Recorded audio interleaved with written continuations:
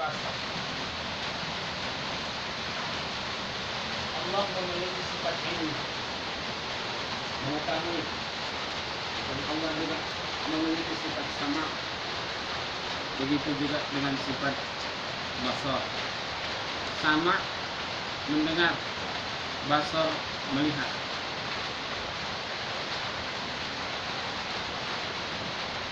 Lawan daripada ilmu adalah al-jahil, bodoh. Sifat yang mustahil bagi hak Allah Subhanahu wa ta'ala.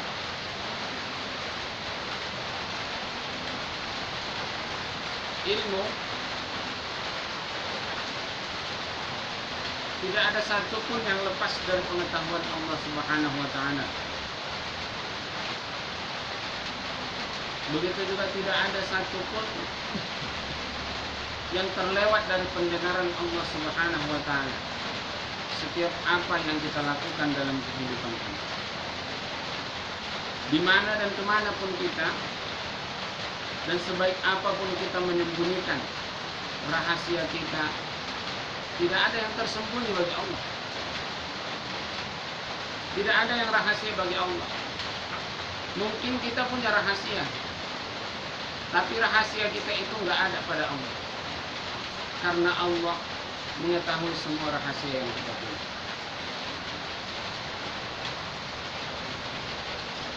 Mungkin kita bisa menyembunyikan dari penglihatan siapapun. Mungkin kita bisa berusaha untuk tidak didengar oleh orang lain. Apa yang coba kita sembunyikan dalam kehidupan kita. Tapi bagi Allah tidak ada yang tersembunyi. Tidak ada yang bisa kita sembunyikan. Tidak ada yang bisa kita tutup-tutupi.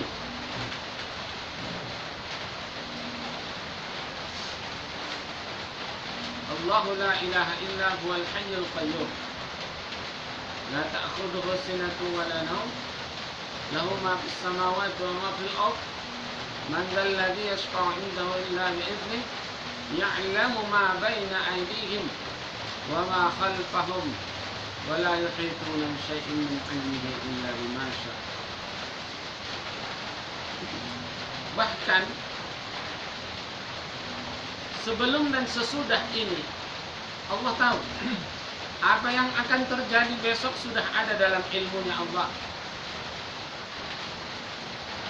Apa yang akan terjadi dalam kehidupan kita besok sudah ada dalam ilmunya Allah. Tidak ada yang bisa kita rahasiakan dari Allah.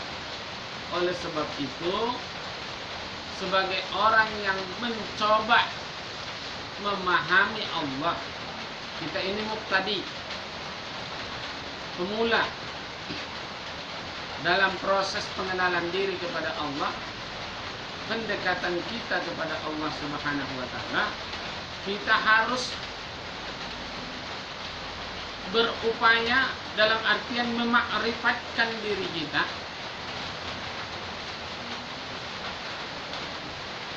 dengan Allah Subhanahu wa ta'ala, bahwa Allah melihat kita, bahwa Allah mendengar kita, bahwa Allah tahu segala sesuatu apa yang kita kerjakan dalam kehidupan ini.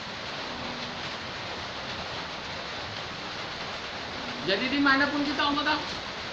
Hari ini kita duduk bersama di sini, dan hati kita sedang kemana, pikiran kita kemana, dan bagaimana tanggapan kita dalam segala hal, itu semua ada dalam ilmunya Allah, ada dalam pengawasan Allah Subhanahu wa ta'ala. Maka kita harus mensifati sifat muraqabah, merasa diintai oleh Allah. Di mana-mana kita diintai oleh Allah Subhanahu wa ta'ala. Kalau ada rasa khawatir kita diintip orang, kalau ada rasa kita diintai, diikuti orang lain, ada rasa tidak nyaman, sehingga kita tidak jadi melakukan sesuatu perbuatan yang akan kita rencanakan karena kita merasa ada yang mengawasi kita, seharusnya lebih tinggi dari itulah rasa kita kepada Allah Subhanahu wa ta'ala. Kita merasa diintai, muraqabah. Kita merasa diperhatikan oleh Allah Subhanahu wa ta'ala. Kita mau mencuri, Nggak jadi kita mencuri. Gara-gara apa? Karena kita merasa ada yang melihat kita, ada yang memperhatikan kita, ada yang mengintai kita. Ini kita aplikasikan dalam kehidupan kita kepada Allah Subhanahu wa Ta'ala. Hubungan kita dengan Allah Subhanahu wa Ta'ala. Kalau orang masih bisa lenyap dari perhatian kita, atau dia dari perhatian kita, tapi Allah tidak, bagaimanapun upaya kita menutupi rahasia atau apa yang akan kita lakukan, tidak bisa tertutupi. Bahkan sehelai rambut pun tidak lepas dari pandangan Allah terhadap apa yang kita lakukan. Jadi kemana-mana kita harus merasa bisa diperhatikan Allah. Allah tahu, Allah lihat, Allah dengar. Bisikan hatimu, jangankan bisikan lisanmu, bisikan hatimu Allah dengar. Jadi kalau kemana kita diperhatikan Allah. Mata ini mau melihat sesuatu, orang nggak tahu kalau kita sedang melirik si anu, tapi Allah sedang melihat kita dan Allah tahu apa yang kita lirik.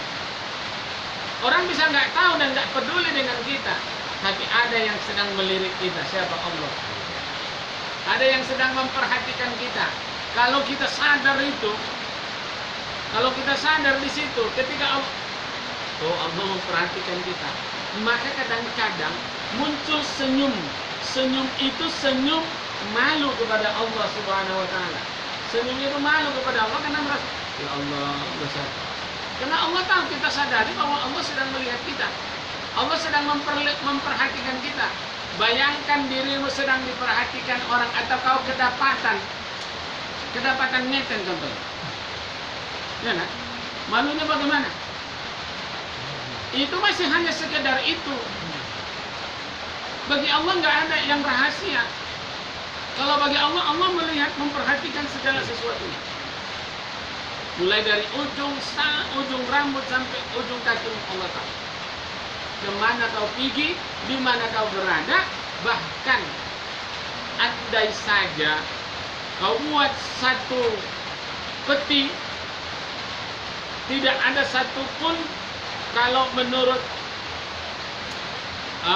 adanya, kau buat peti besi atau baja, kau masukkan dirimu di dalam, lalu kau melakukan sesuatu yang melanggar aturan Allah di dalamnya, tanpa ada celah di dalamnya sekalipun, Allah tetap tahu dan Allah tetap melihat. Nyata sebagaimana, bahkan lebih nyata seperti hari ini kau melihat saya di sini, saya melihat kalian di situ.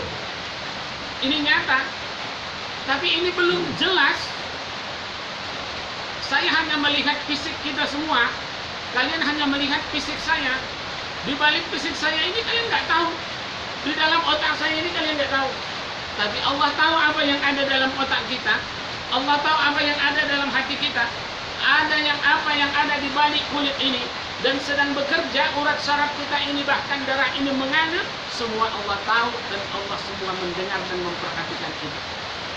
Andaikan kita bukan dalam perhatian Allah, andaikan kita bukan dalam pengawasan Allah Subhanahu wa Ta'ala, bisa jadi darah yang mengalir ini akan berbenturan antara darah yang di bawah dengan yang di atas. Jantung ini akan tidak beraturan kalau Allah tidak memperhatikan ini dan tidak mengatur ini sebaik mungkin. Oleh sebab itu kita nggak lepas dari Allah Subhanahu wa Ta'ala. Bayangkannya, ketika kita melakukan maksiat, ketika kita melakukan dosa, kita sedang ditonton dan diperhatikan dan diawasi oleh Allah Subhanahu wa Ta'ala. Bagaimana kita di hadapan Allah itu? Bagaimana kita malunya kalau kita masih punya rasa malu dengan Allah? Kenapa dengan orang kita malu? Kenapa kita jaga kepribadian kita dengan orang lain? Yang orang lain itu belum tentu menghargai kita, menghormati kita, menyayangi kita, dan dia tidak peduli dengan kehidupan kita. Sedangkan Allah yang memperhatikan kita, yang peduli dengan kehidupan kita, yang kasih sayangnya nyata dengan kita, kita tidak peduli dengan dia bahkan tidak ambil pusing.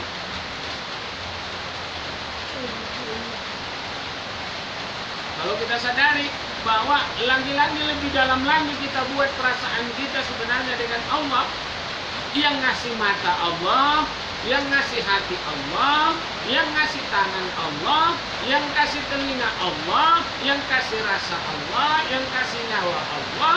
Lalu semua fasilitas ini kita gunakan untuk melawan, untuk bermaksiat dengan Allah di hadapannya, di hadapan Allah. Kalau ini kita rasakan, kita dalami di dalam diri kita, dalam berzikir, dalam beribadah kepada Allah, dalam melakukan segala kelakuan kita di dunia ini, gemetar badan ini kalau ingin bermaksiat dengan Allah, muncul rasa takut yang ada. Setelah itu kita hindari dan kita perbaiki kehidupan kita. Kita coba meminta ampun kepada Allah, lalu kita bersihkan hati kita dengan cara berzikir kepada Allah Subhanahu wa Ta'ala. Kita coba merayu Allah dengan ibadah-ibadah pendekatan diri kepada Allah. Kita coba menutupi kekurangan kita, menutupi dosa kita dengan amal-amal. Mata yang selama ini kita gunakan untuk memandang maksiat, kita coba menambal semua kekurangan mata ini dengan membaca, memandang segala sesuatu dengan mengembalikannya kepada Allah. Begitu nampak hujan, hujan dari mana? Allahumma sayyiban nafi'a. Baru kita baca ini, kita alihkan lagi ini kepada Allah. Begitu kita lihat orang, bukan lagi orangnya yang kita lihat, kita baca orangnya ini, oh ini ciptaan Allah. Kenapa Allah buat begini? Kenapa Allah buat dia menampakkan auratnya? Bukan lagi auratnya yang terlihat, tapi yang terlihat adalah bagaimana kita mengingat Allah dalam tubuhnya. Setiap tubuh ini semuanya menjadi manfaat untuk mengingat Allah Subhanahu wa Ta'ala. Kita coba terus memutar. Malu mata ini menerjemahkan dalam bentuk maksiat.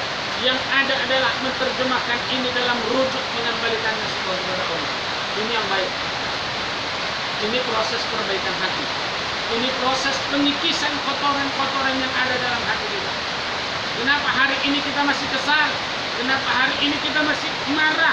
Kenapa hari ini kita masih benci? Kenapa hari ini kita masih palak? Itu karena kebalnya kotoran hati dalam batin kita. Kebalnya maksiat yang kita lakukan. Dari mata ke hati, dari mulut ke hati, dari telinga ke hati, dari hidung ke hati, dari tangan ke hati, dari kaki ke hati, dari semua ke hati. Semua akan kembali ke hati. Setiap apa yang dilakukan oleh anggota tubuh kita dalam bentuk maksiat, maka hati juga akan semakin gelap, akan semakin kotor. Tidak mampu lagi merasakan. Kita tahu dalam ilmunya bahwa Allah itu maha tahu. Kita tahu dalam ilmunya kalau Allah itu mendengar. Kita tahu dalam ilmunya kalau Allah itu maha melihat. Tapi seolah-olah kita tidak mendengar. Seolah-olah kita tidak mau tahu. Apakah ini yang disebut dengan layak kohuna biha? Yang hatinya itu tidak paham, tidak mengambil maksud dari apa yang terjadi. Tidak ngerti. Yang dikhawatirkan di situ. Fi qulubihim maradun. Hati kita sedang sakit hari ini. Kalau kita masih terus bermaksiat, melakukan segala sesuatunya tanpa merasa bahwa Allah itu sedang mengawasi kita. Kemana-mana kita, cobalah nanti kita mau memejamkan mata di waktu tidur, mau tidur, merasa Allah lihat kita, Allah dengar kita, Allah perhatikan kita. Rasa takut kepada makhluk nggak ada. Rasa takut itu kepada Allah. Kita berbaring di atas tempat tidur, Allah sedang menatap kita. Allah sedang melihat. Anggaplah, lihat, perhatikan ya. Allah sedang menghitung semua. Kalau andainya kita bayangkan, Allah sedang mencatat dosa mata kita berapa banyak. Allah sedang mencatat dosa tangan kita berapa banyak hari ini. Allah sedang mencatat dosa telinga kita berapa banyak. Allah sedang mencatat dosa mulut ini. Allah sedang mencatat hati ini. berapa banyak berprasangka yang tidak baik. Allah sedang mencatat tubuh ini berapa banyak dan berapa lama melupakan Allah Subhanahu wa taala yang memberikan nikmat. Begitu kita bayangkan itu dalam tidur kita, rasanya tubuh ini meleleh, nampak masih utuh, tapi dalam makrifat ini sudah meleleh karena banyaknya dosa, malunya di hadapan Allah Subhanahu wa taala. Dengan begitu kita terbawa tidur dengan penuh penyesalan kepada Allah Subhanahu wa taala. Ini luar biasa tidurnya. Bangun kita nanti akan terbangun di waktu yang ditentukan, jam 2, jam 3. Di waktu jam 3 kita bangun salat tahajud menghadap Allah, beristighfar kepada Allah. Ya Allah, aku tak sanggup membawa dosa ini. Begini banyak dosaku, ampunkan. Inni zalamtu nafsi zulman katsira wa la yaghfiru dzunuba illa anta. Aku sudah banyak berbuat kezaliman terhadap diriku dengan melakukan banyak dosa ini. Begitu biasanya. Jadi ketika kita mengadu pun kepada Allah, ketika kita mengadu pun kepada Allah Subhanahu wa taala dalam saat itu kita merasa diawasi, kita sedang didengar Allah, kita sedang dilihat Allah. Setelah ini semua baru mohon taufik kepada Allah. Mohon hidayah, mohon taufik kepada Allah supaya Allah berikan dorongan yang kuat kepada kita untuk melakukan ibadah, supaya Allah berikan dorongan yang kuat kepada kita untuk merasakan adanya kehadiran Allah itu dalam kehidupan kita. Kadang-kadang kita tahu tapi tidak merasa. Ini yang susah. Kalau sudah tak merasa berarti hati itu sudah mulai terlalu berkarat.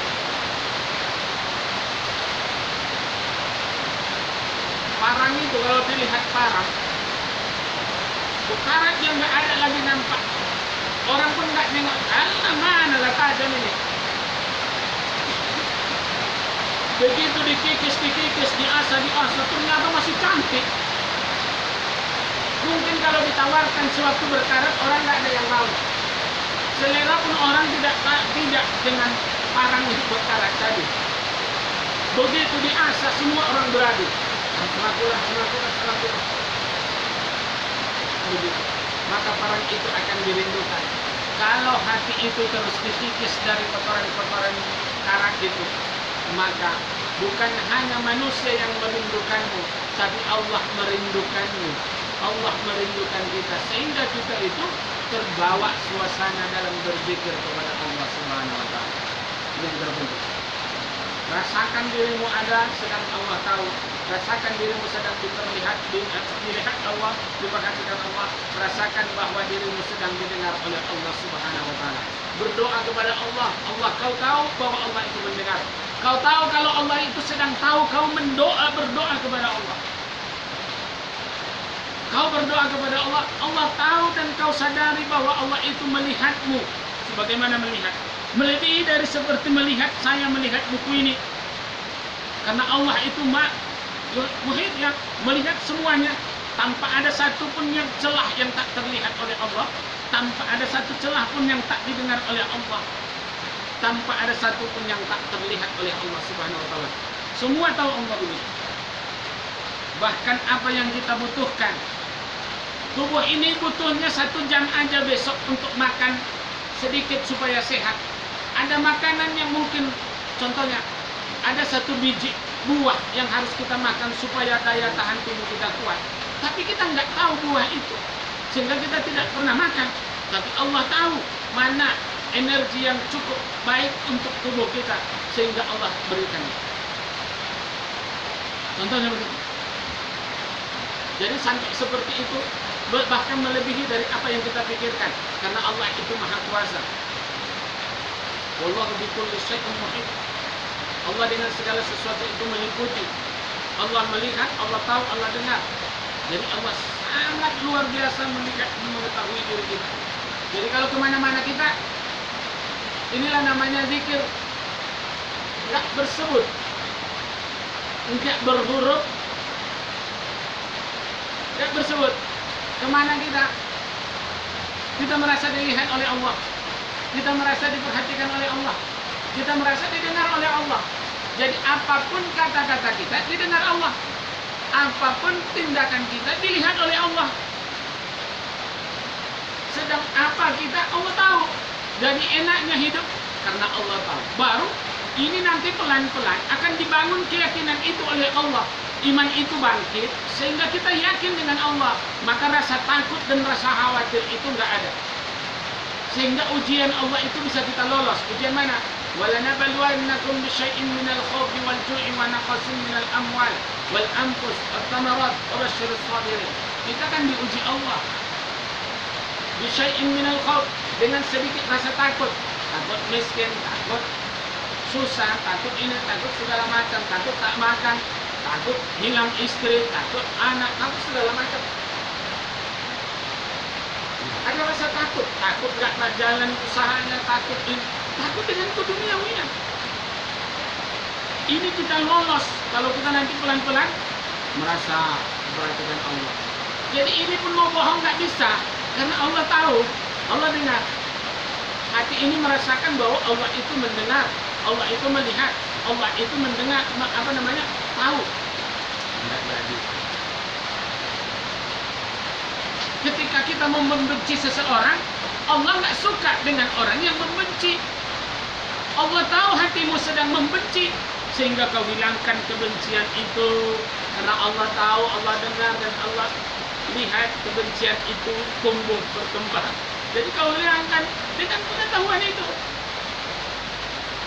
Jadi kemana-mana kita udah Allah tahu, Allah dengar perasaan itu namanya ma'rifat.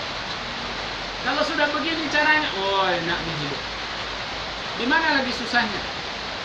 Pelan-pelan nanti kalau ini udah mampu kita biasakan, Allah hujamkan keimanan itu. Ditambah Allah iman, ditambah Allah iman, ditambah Allah iman, sehingga nggak ada dicucu orang kau, nggak ada rasa benci. Alhamdulillah. Paling ada muncul sebentar rasa manusiawinya, tapi hilang itu karena kita ingat Allah. Allah. Kita ingat Allah sedang melihat kita, dengar kita, tahu kita. Pelan-pelan ini dikikis. Kau pernah ditipu orang, kau nggak benci dengan orang yang menipu, bahkan kau doakan dia, ya Allah berikan dia hidayah. Kau berikan hidayah sama aku, kau berikan dia hidayah, berikan saya taufik, berikan dia taufik. Jadi semua jadi begitu. Jadi makin lama makin semangat, makin lama makin semangat. Semangat hidup itu akan muncul, imun tubuhmu, imun dirimu itu akan semakin naik kalau begini caranya. Tapi kalau kau tak merasa Allah itu ada, itu susah. Allah itu tahu, itu susah. Cobalah kau bayangkan nanti tidur. Allah nih. Bahkan mulai sekarang mulai dicoba ini. Dalam pikiran kita, dalam ilmu kita, Allah sedang melihat kita duduk. Allah dengar apa yang ada dalam hati kita. Allah tahu dengan apa yang sedang kita lakukan. Maksud dan tujuan kita datang ke sini Allah.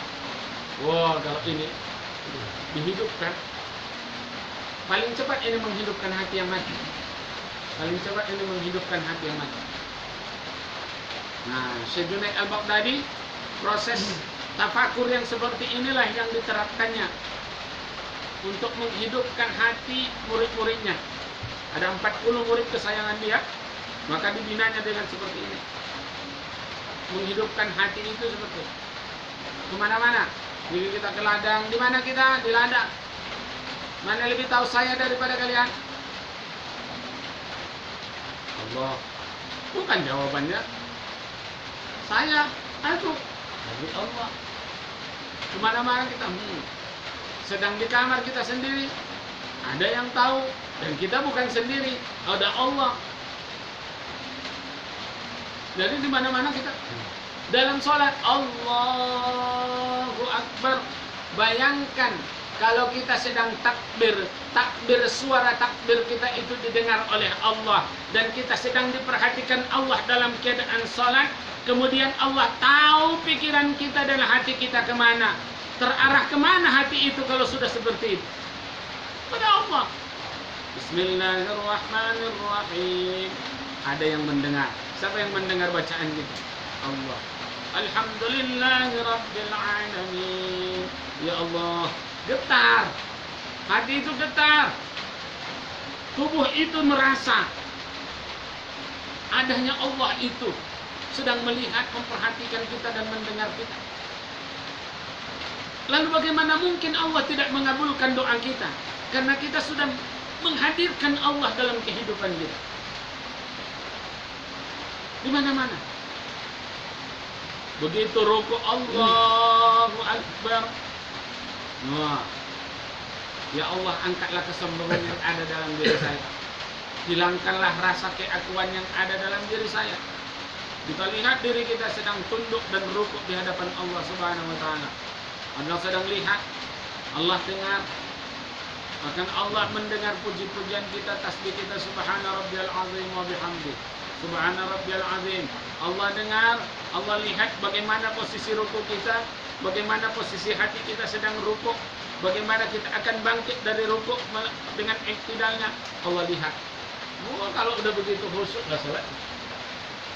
Selesai salat, rasanya ingin mengulang lagi salat itu, karena tidak ingin lepas hubungan itu dengan Allah Subhanahu wa taala.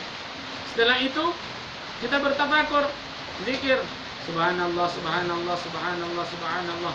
Suara lisan ini Allah dengar, suara ucapan bisikan hati itu Allah dengar, dan Allah sedang melihat bayangan kita. Bahkan bukan bayangan, melihat jasmani, rohani kita sedang Allah lihat bagaimana geraknya. Apakah berzikir? Apakah darah ini ikut berzikir kepada Allah, menyebut nama Allah? Apakah daging ini ikut bertasbih kepada Allah? Apakah kulit ini ikut juga bertasbih kepada Allah? Semua harus bertasbih dan berzikir kepada Allah. Allah nikmat. Nanti kita zikir qalbi. Bayangkan, makrifatkan bahwa Allah sedang melihatmu, Allah mendengarmu, Allah memperhatikanmu, Allah sedang tahu apa yang ada dan bagaimana cara dudukmu, bagaimana caramu bergerak, bagaimana postur, semuanya Allah tahu. Perasaanmu Allah tahu, sebut namanya. Wadhkur rabbaka, sebut nama Tuhanmu. Wadhkurullaha dzikran katsira, sebut nama Allah itu banyak-banyak. Allah, Allah, Allah dalam hati. Wah, berkembang, hidup dia. Getaran-getaran zikir itu hidup. Sehingga makin lama makin hidup. Lama-lama apa yang terjadi? Kotoran yang ada dalam hati itu hilang. Kotoran yang ada dalam hati itu hilang. Cuk. Kenapa nggak mau marah? Kenapa? Marah boleh. Tapi marahnya tidak di hati. Hilang dia ditanggapi dengan baik. Begitu orang semuanya bisa benci dengan perbuatan itu, kita nggak benci. Kita ditipu habis 100 juta, kita nggak marah. Ada hati yang melembutkan. Ketika ada masalah, ada musibah, kita ingat hadis Nabi Sallallahu Alaihi Wasallam, "Mayuridillah." Kalau Allah menginginkan kebaikan kepada kita, Allah uji kita. Yusibi minhu. Allah uji kita dengan ujian. Ada macam ujian. Ada kadang-kadang ujian itu dari segi usaha kita. Ada dari orang lain yang mencaci maki kita. Ada orang lain yang memfitnah kita. Ada orang lain. Pokoknya dari orang lain. Ada yang bukan dari orang lain. Ada yang datang ujian itu dari diri kita sendiri. Ada akibat dari perbuatan kita. Semua diuji kita untuk mengingat kita, untuk Allah berikan yang lebih baik bagi kita. Maka jangan marah ketika Allah menguji kita. Jangan benci. Justru makin sayang kita kepada Allah Subhanahu wa taala. Ini karena Allah rindu dengan saya. Apa-apa yang terjadi ini karena rindu Allah dengan saya. Maka saya harus perbanyak zikir kepada Allah. Ketika ada musibah, ketika rezeki sedikit, oh ini karena Allah rindu dengan saya. Saya harus banyakkan zikir. Oh mungkin kurang zikir saya. Allah rindu dengan saya. Hari ini berapa zikir saya? 1000. Oh ini harus 10.000. Zikir 10.000. Allah. Mulai tenang. Allah uji lagi. Oh mungkin Allah makin rindu dengan saya. Saya juga makin rindu. Tambah lagi 20.000. Allah. Begitu kita memberikan semangat dalam hidup kita untuk semakin dekat dengan Allah Subhanahu wa taala. Jadi apa-apa jadikan menjadi motivasi. Di mana-mana kita nggak lepas dari pandangan Allah, nggak lepas dari pendengaran Allah, nggak lepas dari pengetahuan Allah. Lalu apa yang kita susahkan? Ada tempat mengadu kita. Allah yang mendengar kita, Allah yang melihat kita, Allah yang tahu dengan kebutuhan kita, dengan keadaan kita. Berazamlah kita, azam, putuslah keyakinan kita dengan Allah, bahwa Allah lah yang bisa menyelesaikan masalah kita, bahwa Allah lah yang bisa mengangkat semua penderitaan kita, bahwa Allah lah yang membuat kita nyaman dan tenang. Tok, ini bagian. Tok, sedih. Tok, seperti memicit tombol. Tombol hitam, gelap, gelisah. Tombol biru, agak tenang, tapi goyang-goyang. Nah, itu contohnya. Tak, tak, tak. Semua tombol ada pada Allah Subhanahu wa Ta'ala. Maka kembalikan semua kepada Allah Subhanahu wa Ta'ala. Kenyamanan, ketenangan itu akan kita rasakan. Apa yang kau butuhkan? Minta sama Allah. Bukankah Allah yang menciptakan semua kebutuhan kita? Ketika Allah, contoh, ini ada hari ini sangat ingin kali kau, ingin kali kita mendapatkan ini, tapi tiba-tiba Allah robah hati kita, cep, udah nggak selera lagi, sama sekali nggak selera lagi. Padahal dari awal, dari dulu, di kau betul kali udah diusahakan nggak mau lagi. Begitulah Allah merubah hati manusia itu. Coba, kepinginnya kita dengan sesuatu itu, tapi tiba-tiba Allah robah. Pernah kejadian pada diri kita? Yakin saya semua kita pernah merasakan hal yang seperti itu. Bagaimana sesuatu yang dia bisa, yang tak bisa, satu nikmat yang tak bisa dinikmati orang, tapi bisa kita nikmati. Susah itu bisa dinikmati nggak? Bisa, asalkan kita pandang Allah. Tapi susah kalau kita lupakan Allah. Nggak ada yang bisa dinikmati kalau kita lupakan Allah. Kita tahu ilmunya, tapi kalau kita nggak ada amalnya, nggak bisa naik. Maka amal itu mesti ada. Semangati. Ketika kita diuji ini karena Allah ingin saya sebut, karena Allah ingin saya dekat dengannya, buat lagi. Ketika sholatmu hari ini tidak enak, itu karena Allah ingin kau berlama-lama dalam sholatmu, maka sholatlah lama-lama dengan Allah. Bismillahirrahmanirrahim. Baca ayat yang panjang dulu. Ayat mana yang panjang kau rasa baca? Kalau biasanya Subhana Rabbiyal A'lanya 3 kali, buat 6 kali. Dalam kitab Irsyadul Ibad dibuat 6 kali. Subhana Rabbiyal Azim wa bihamdihi Subhana Rabbiyal Azim 6 kali. Subhana Rabbiyal A'la 6 kali. Lama buat. Rabbighfirli warhamni waghfirli. Dinikmati aja. Biasanya Rabbighfirli warhamni waghfirli. Dan itu dinikmati, dirasakan. Ngerti tak ngerti, kalau kau rasakan kehadiran Allah dalam hidup, insya Allah akan kau rasakan nikmat. Allah melihatmu, perasaanmu Allah sedang melihatmu, Allah mendengar bacaanmu. Bismillahirrahmanirrahim. Tak pahamnya kau bacaanmu itu, tapi kau rasa Allah mendengar bacaanmu. Alhamdulillahirabbil alamin. Oh, ini kesana. Ini perasaan badan ini semuanya mengingat Allah itu mulai terasa. Itu yang kita butuhkan. Supaya ini energi tubuh ini dalam mengingat Allah naik. Ini enggak loyo aja. Loyo aja kemana. Pokoknya itu. Kenapa? Makanan kita belum.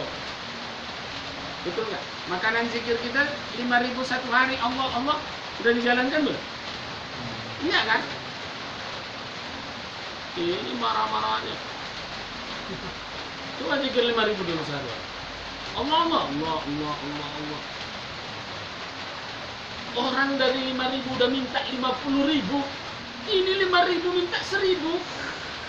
1.000 minta 500. Ya Allah. Kawan dari 5.000 udah minta 50.000. Kadang-kadang saya aja cemburu. Ustaz, 50.000 kurang. Boleh saya tambah jadi 100.000? Silakan. Dalam hati saya, ini murid saya luar biasa nih, bisa tuh. Itu. Kalah saya. Terakhir saya pun semangat. Ya ambil tasbih, pasang. Nah, ini semangat pendekatan diri kepada Allah Subhanahu wa Ta'ala. Kenapa ketika orang meraih 1 juta, 100 juta, kau ingin dapat 100 juta itu? Ketika orang punya mobil, kau ingin punya mobil. Ketika orang dapat cewek cantik, kau ingin cewek cantik. Kenapa ketika dapat dia kenikmatan bertuhan, kau tidak ingin dapat kenikmatan yang bertuhan itu? Padahal itu kenikmatan yang hakiki. Kau makan nasi goreng, hanya sampai di sini enaknya. Kau beli jus apapun bentuk jusnya, sampai di sini selesai. Tapi kalau kau makan jus zikir, semua tubuhmu merasakan nikmatnya. Bukan hanya semua tubuhmu yang merasakan nikmatnya. Bahkan ketika kau pandang istrimu, kau pandang anakmu, terdapat di situ ingatan kepada Allah. Duk ada di situ, duk mengingat Allah itu ada di situ. Wah, nikmatnya. Kau bisa mengejar keluargamu di rumah. Kau tinggalkan semua keperluanmu di luar karena keinginanmu bertemu dengan keluargamu di rumah. Karena ketika kau pandang istrimu, kau mengingat Allah.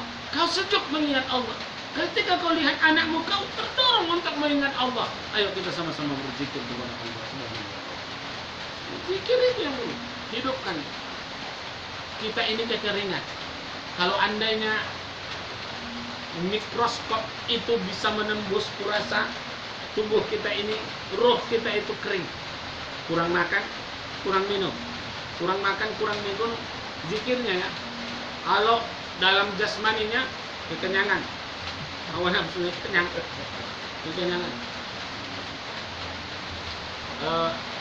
Imam Ahli Hikmah di dalam kitab Nasaihul Ibad dijelaskan,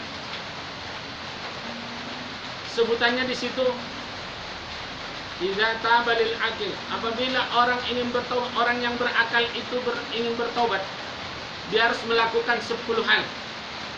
Salah satunya mensedikitkan makan dan minum. Mensedikitkan makan, mensedikitkan minum, mensedikitkan tidur. Ini yang pertama disebutnya di situ istighfar. Yang kedua nadab, penyesalan terhadap dosa yang dilakukan. Yang ketiga berazam tidak akan kembali lagi melakukan dosa yang ia lakukan itu. Yang terakhir itulah yang saya sebut tadi, mensedikitkan makan, mensedikitkan minum, mensedikitkan tidur. Ini yang harus dilakukan oleh orang yang bertaubat, yang masih punya akal katanya. Orang yang masih punya akal bertaubat kepada Allah, dia harus melakukannya. Jadi sedikit makan, sedikit minum. Di dalam kitab Kanjul Arsy disebutkan, terlalu banyak minum di waktu malam itu menyebabkan sakit pinggang.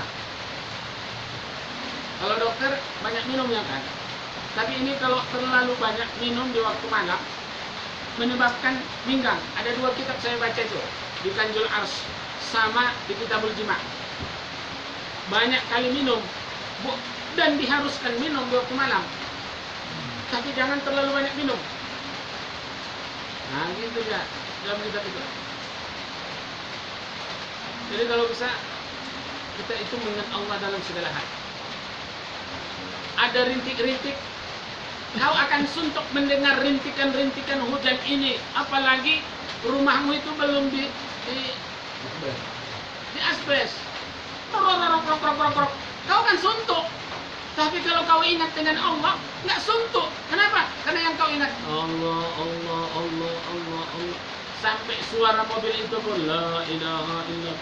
Sampai suara gergaji la illallah, la ilaha illallah. Suara apapun Allah, zikir, subhanallah, Allahu akbar. Terjemahannya semuanya sudah Allah, karena perhatian tubuh itu, nurani kita itu kepada Allah Subhanahu wa ta'ala. Begitu juga kalau pikiranmu sudah enggak lagi kepada Allah, kepada dunia. Kadang-kadang suara yang apapun, oi, yang kau dengar, ayo orang tuh. Orang yang capek, yang was-wasan, kau pikir orang hubungan suami istri. Kalau udah ngeres, beda kan? Maka itu, kalau udah pikirannya nyasar dia. Jadi kalau pikirannya udah kepada Allah, semua terjemahan suara ini bisa kita aplikasikan kepada Allah. Allah. Jadi hati itu makin lama makin lembut. Kemana-mana ingat Allah. Suara mobil, suara kereta, Allah. Nggak ada yang lain dari itu. Jadi bisa kau nikmati hidup.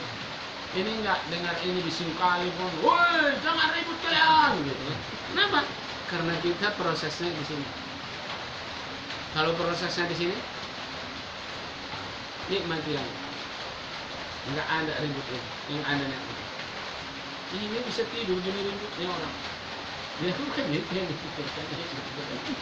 Ini kau pikir, ini mana tuh palak kan? Iya, karena udah mulai palak hati.